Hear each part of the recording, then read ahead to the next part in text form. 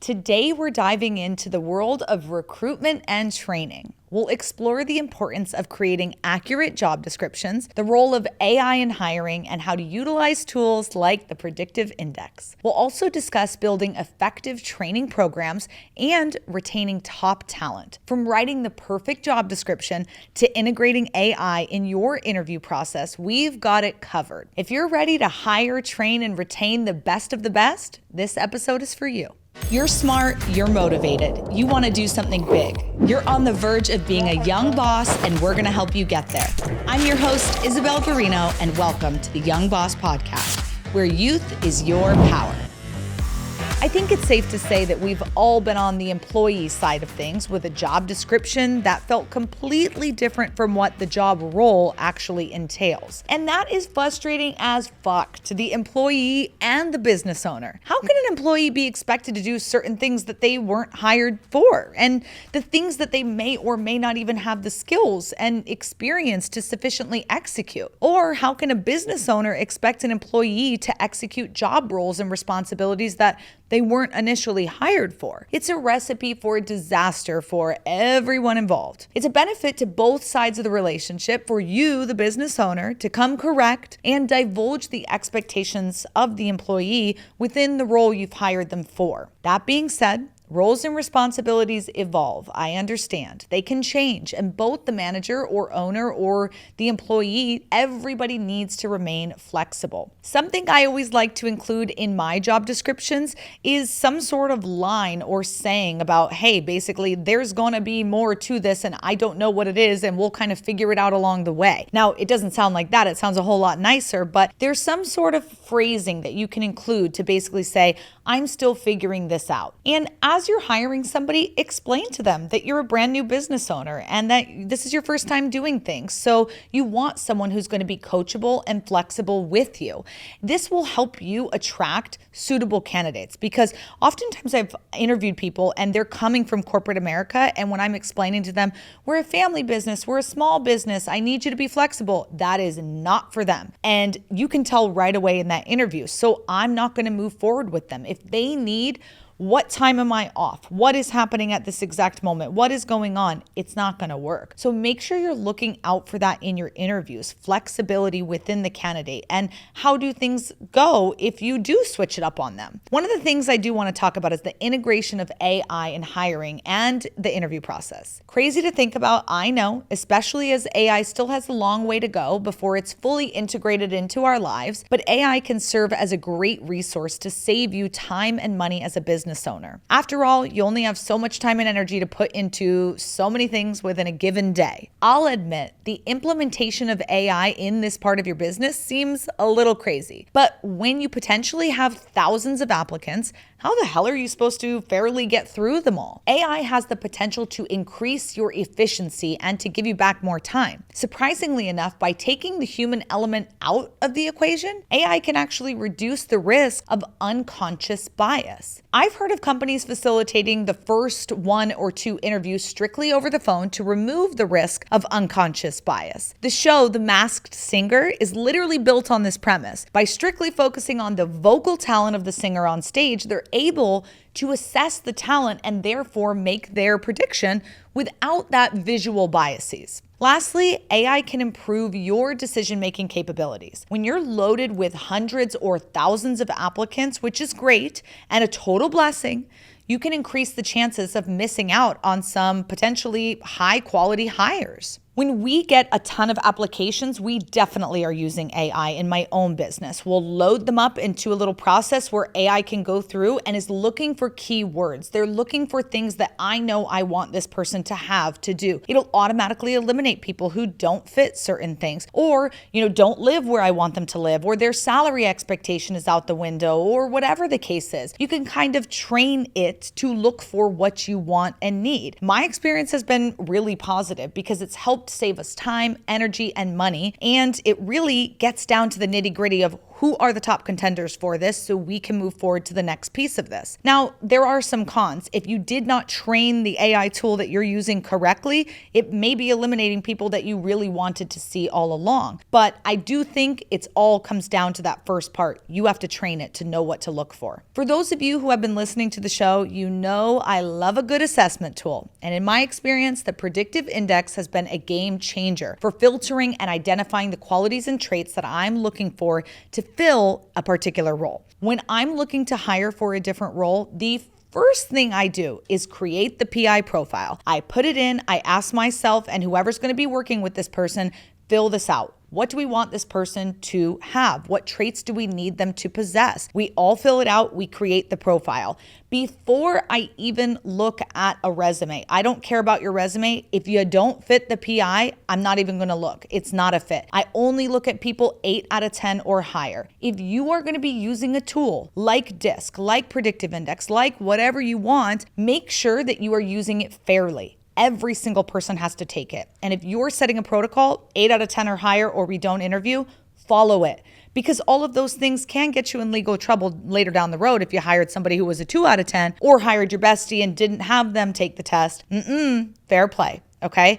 Everybody have them take it. If they don't match, you don't move forward or stop using the tool. Okay? Specifically when you're using a tool like PI or DISC, a lot of times it will give you interview questions based on that particular candidate. So that's why I love that tool, because it will say, here's how you might bump heads with them. Here's how they might fail in this job. Here's going to be a weak point for them. These are all amazing things for me to know, tools in my tool belt. So when I walk into this interview, I can ask them very strategic questions and see and understand, are they going to be coachable in this area? Is this something that, nope, this is who they are and they're not moving? So I really love it because it helps me kind of balance all of that and determine what are the right questions to ask this person, not just about this role. Yes, there's role questions, but there should be people questions too, based on who they are and any potential threats or weaknesses that you see might be coming up for them.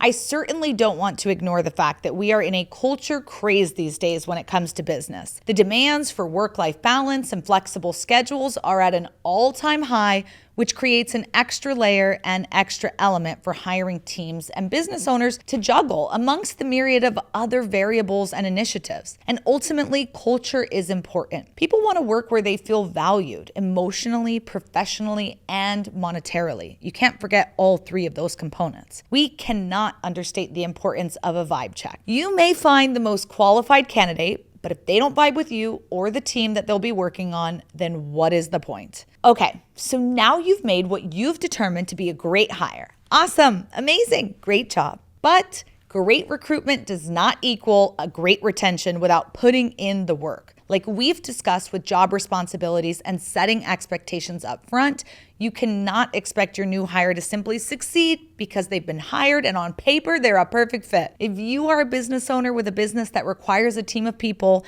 that you're relying on to execute your vision day in and day out, you need to train them to be effective in their role, to be successful executing and communicating your vision. You've probably been subject to a 90-day probationary period at one job or another, right? Those 90 days are used to assess the fit, the effectiveness, and the overall success in your new role. But without proper training system and tools in place, you and your new hires are going to struggle. I guarantee it. Luckily, we live in a time where there's a plethora of digital tools and resources that make this part of the process easier. Not easy, but easier. I know a lot of people don't want to hire someone because they're so scared of that onboarding process, and they say the onboarding is going to take more work than me just doing it myself.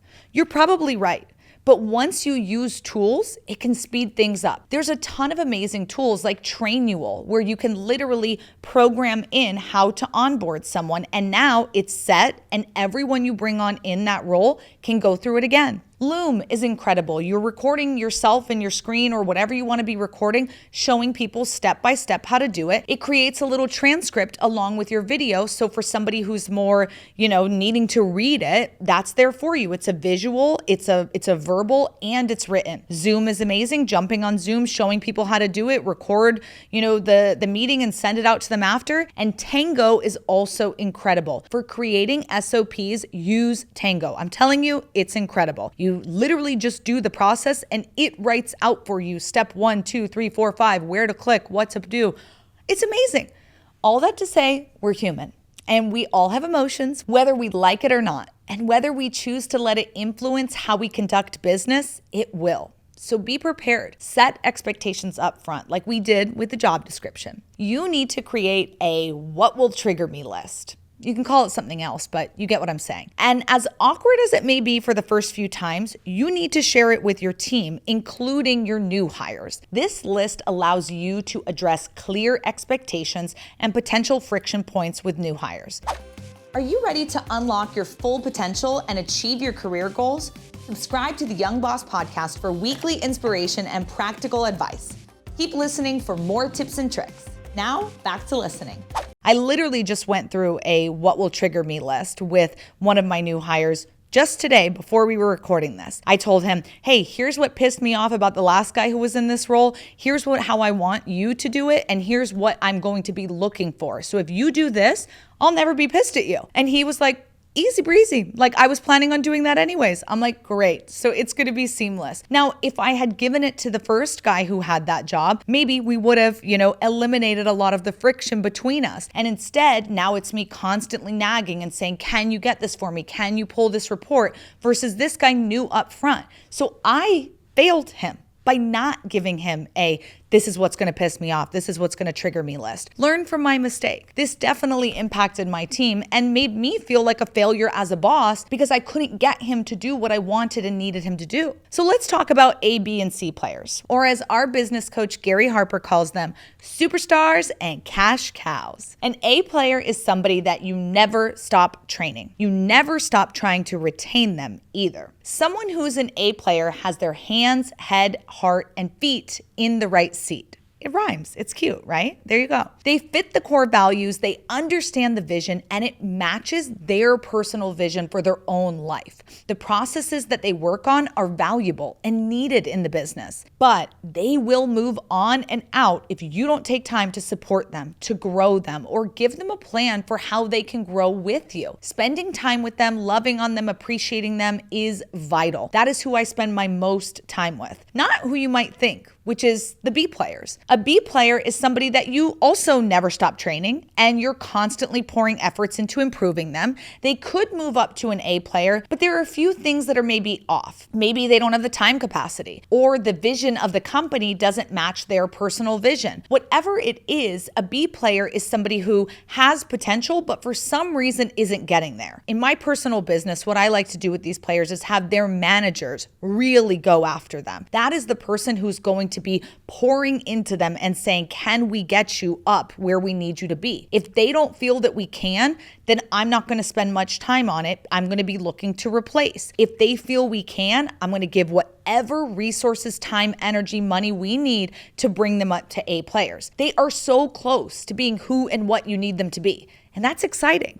So they are worth your energy, but also your manager, that's who they spend the most time with, not necessarily the business owner, right? They have goals and you have a goal of making them become an A player. So keep pushing. Personally, the difference between pouring into an A player and a B player, it actually looks very different in my opinion. An A player is someone who I'm saying, I want to continue to coach you, continue to grow you. For example, Krista on my team, absolute A player, love her. She's amazing. So I said, how can I make you a better operations director? She said, I want to learn from who does the best of the best events. Can we go to this event? And I was like, yep.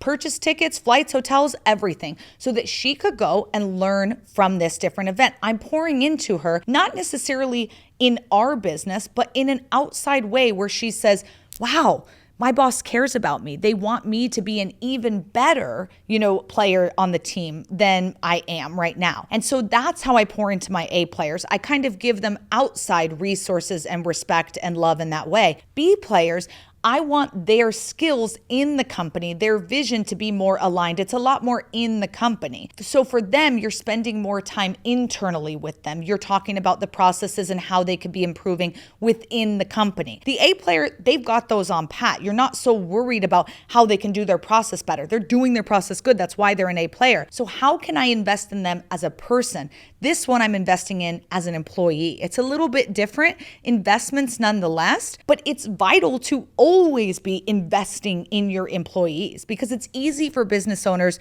to invest in themselves. That's a given, right? To say, hey, I need to join the mastermind and I need to go have these conversations or I need to, relearn this skill. But what the most successful business owners who come on this podcast tell us is that your success is dependent on the success of your team. And if you're not investing in them and making them better, how can you expect your business to grow? How can you reach that 10-year big kahuna goal? Lastly, and simply put, a C player is somebody you are looking to replace immediately. They may be lazy. They may not fit the core values. They may keep messing up or never get the work done on time or correctly. They keep distracting others. And it seems that they have no potential of getting better. I often do not qualify someone as a C player unless I have checked all of my boxes. What did I do to fail them? What resources did I not give them? How did I not train them correctly? Because oftentimes, if you go back, they're actually not a C player. You just failed them. And if you go and you give them all of those things, you really load them up with everything that they need and they can't move into that A or B category, then maybe they are just the wrong fit and you need to be looking to replace them ASAP. It goes without saying that you will always experience challenges and roadblocks in every facet of your business. But it also goes without saying that the better hires you make,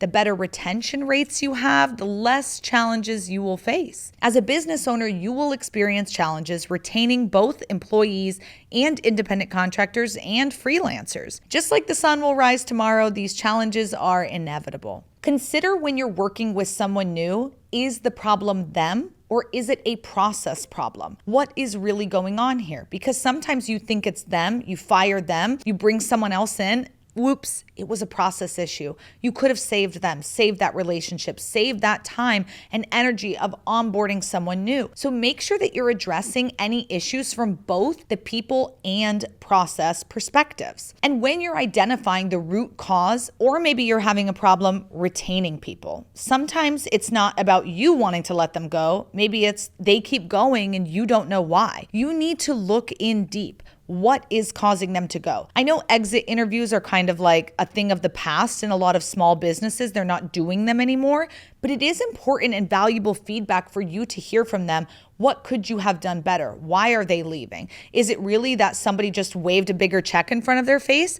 Is it? Because a lot of times if they had the emotional paycheck, if they were bought in, if they were obsessed with their job and knew that what they were doing was leading towards this big vision and this great cause, a big paycheck, it actually won't draw them away because they're so bought in. So listen to what they're saying, but also listen to what they're meaning behind what they're saying. Ask the tough questions. I might as well be beating a dead horse with this one, but elevating and delegating is the name of the game. You may not be a young boss yet, but you'll never get there if you're unable to delegate and elevate. Greg McKeown, author of Essentialism, says that non-essentialists say yes to everything. They're afraid or unable to say no out of fear of disappointing employees, clients, and themselves. Essentialists are able to identify non-essential tasks, allowing them to have the time to execute the essential ideas while also creating space to think, spend time with their families, and spend time on themselves. If you're not delegating tasks that you identify as non-essential, you'll never achieve the goals you set out for yourself or your company. Leverage technology.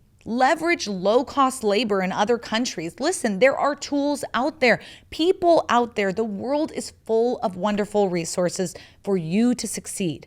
Use them. At the end of the day, the success of your business is dependent on the success of others, such as your team and your independent contractors. You may go crazy trying to do everything yourself or always editing and redoing the work of the people on your team. It starts during the hiring process. You need to dial that in first before you can expect anything great to result from your efforts. Then, once you've found the right people, you need to be able to train them properly. Efficient training leads to results, and results lead to retention. And trust me, your business relies on retention. It costs a fortune in money and time to onboard new hires. Do it right the first time. And lastly, what's the point of hiring and retaining A and soon-to-be A players without being able to delegate tasks that are non-essential to you? Become an essentialist. Thanks for listening to another episode of Young Boss with your host, Isabel Garino. Be sure to like, share, and follow on Instagram and TikTok, and subscribe wherever you get your podcast, and let us know who is your first hire going to be. Remember, youth is your power.